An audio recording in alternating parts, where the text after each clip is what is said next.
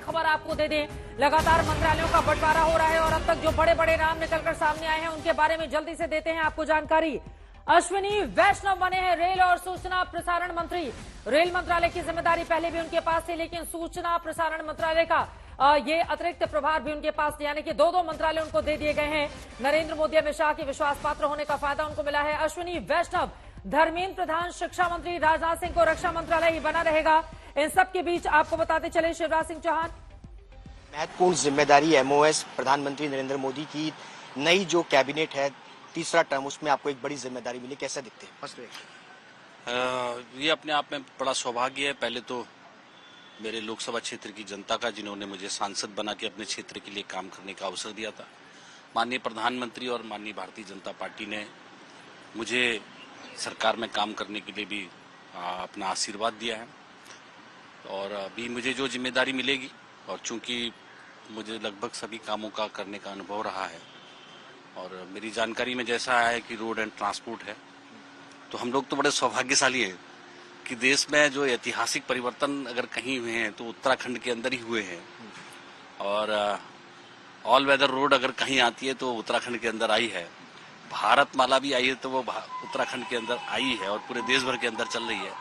तो ये अपने आप में बड़ा सौभाग्यवान है, क्योंकि रोड और जो ट्रांसपोर्ट है वो बहुत इम्पोर्टेंट भी है, क्योंकि जो मनुष्य की आम जनजीवन की सुविधाओं के रूप में है वो यात्रा ही है।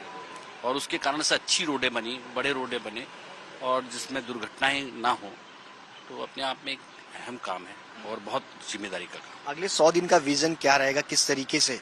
मैं आपके साथ बैठने वाला हूँ क्योंकि अभी से, क्योंकि मेरा ऑलरेडी उस पर काफी विजन है। और जब 2017 में माननीय प्रधानमंत्री जी ने पहली बार उत्तराखंड को सौगात दी थी, तो तब मैं मंत्री था। तब मुझे आदरणीय नितिन गडकरी जी ने, माननीय प्रधानमंत्री जी ने मुझे बोला था कि भाई पहली रोड आपको ऑल वेदर रोड मिल रही है। तो मैंने कहा कहाँ के लिए मिल रही? तो उन्होंने कहा 4 धाम के लिए मिल रही है। तो मैंने कहा एक धाम और है। तो उन्होंने बोला कौन सा धाम है? तुम्हारे उत्तराखंड में तो सभी धाम है। तो पता चला कि मेरे का कैलाश मानसरोवर धाम है। तो आज हम सबका सौभाग्य है, तो वही रोड आज हमारे माननीय प्रधानमंत्री जी ने स्वयं आदि कैलाश जोलिंगकोंग, जब प्रधानमंत्री जी आए और अंतिम गांव तक सड़क हमारा पहुंचना, लिपुलेख दर्रे तक सड़क का पहुंचना, यह अपने आप में बहुत अद्भुत है। हम कभी सोचते भी नहीं थे कि कभी वहां तक सड़क जाएगी।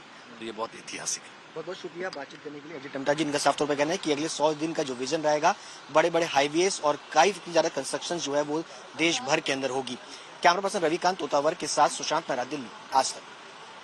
सड़क परिवहन राज्य मंत्री का दर्जा उनको दिया गया है। 2016 में भी आपको बताते चले कि इनको मंत्री बनाया गया था और उस समय इनको कपड़ा राज्य मंत्री के तौर पर नियुक्त किया गया था। लेकिन अब एक बार फिर से उत्तराखंड की 5 सीटें भारतीय जनता पार्टी ने जीत ली है, जिसमें से अजय टम्टा को नियुक्त किया गया और फिर उनको अहम मंत्रालय की जिम्मेदारी दी गई है। बड़ी जानकारी, बड़ी खबर आप तक लगातार हम पहुंचा रहे हैं। जो बड़ी जानकारी, पीयूष गोयल को कॉमर्स मिनिस्ट्री दी गई है। पीयूष गोयल कद्दावर नेता, मुंबई से जीत कर आए हैं और आपको बताते चले 3,57,000 वोटों से 59 साल के पीयूष गोयल जीते हैं। पहली बार लोकसभा का चुनाव लड़ा था, इसके पहले वो लगातार राज्यसभा से चुने जाते रहे थे। कॉमर्स मिनिस्ट्री पहले भी उनके पास था, उसी को कंटिन्यू रखा है नरेंद्र मोदी ने। दूसरी तरफ टीडीपी से राम मोहन नायडू, सिविल एविएशन की जिम्मेदारी उनको दी गई है। मुरलीधर मोहोल जो कि टीडीपी से हैं, एमओएस एविएशन की जिम्मेदारी उनको दी गई है। वहीं दूसरी तरफ जानकारी निकलकर सामने आ रही है शिवराज सिंह चौहान, जिनको दो बड़े बड़े मंत्रालय दिए गए हैं। शिवराज को पंचायती राज, ग्रामीण विकास और कृषि मंत्री बनाया गया है। वो अपने अधिकारियों के साथ मध्य प्रदेश भवन में बड़ी बैठक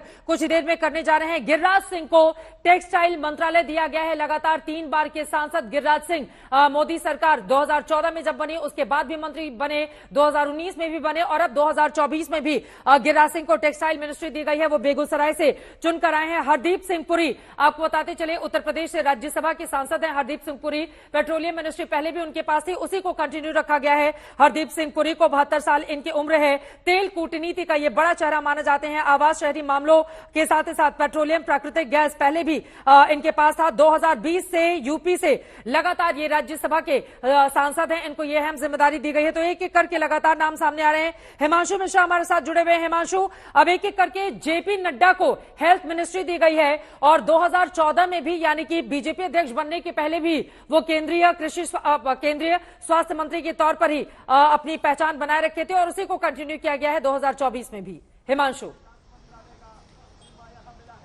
देखिए बिल्कुल जेपी नड्डा जो है 2014 नवंबर में जो है वो स्वास्थ्य मंत्री बने और उसके बाद 19 तक उन्होंने कंटिन्यू किया और 19 में जब मोदी सरकार 2 बनी तो उसमें जो है वो मंत्री नहीं बने बल्कि जो है पार्टी के अध्यक्ष बने। और अब भूपेंद्र यादव के लिए जानकारी आ रही है कि उनको जो है वो पर्यावरण मंत्रालय दिया गया है। मनसुख मांडविया को जो है वो लेबर मिनिस्ट्री दी गई है। हरदीप सिंह पुरी के बारे में आपने भी बताया, पेट्रोलियम मिनिस्ट्री उनको दी गई है।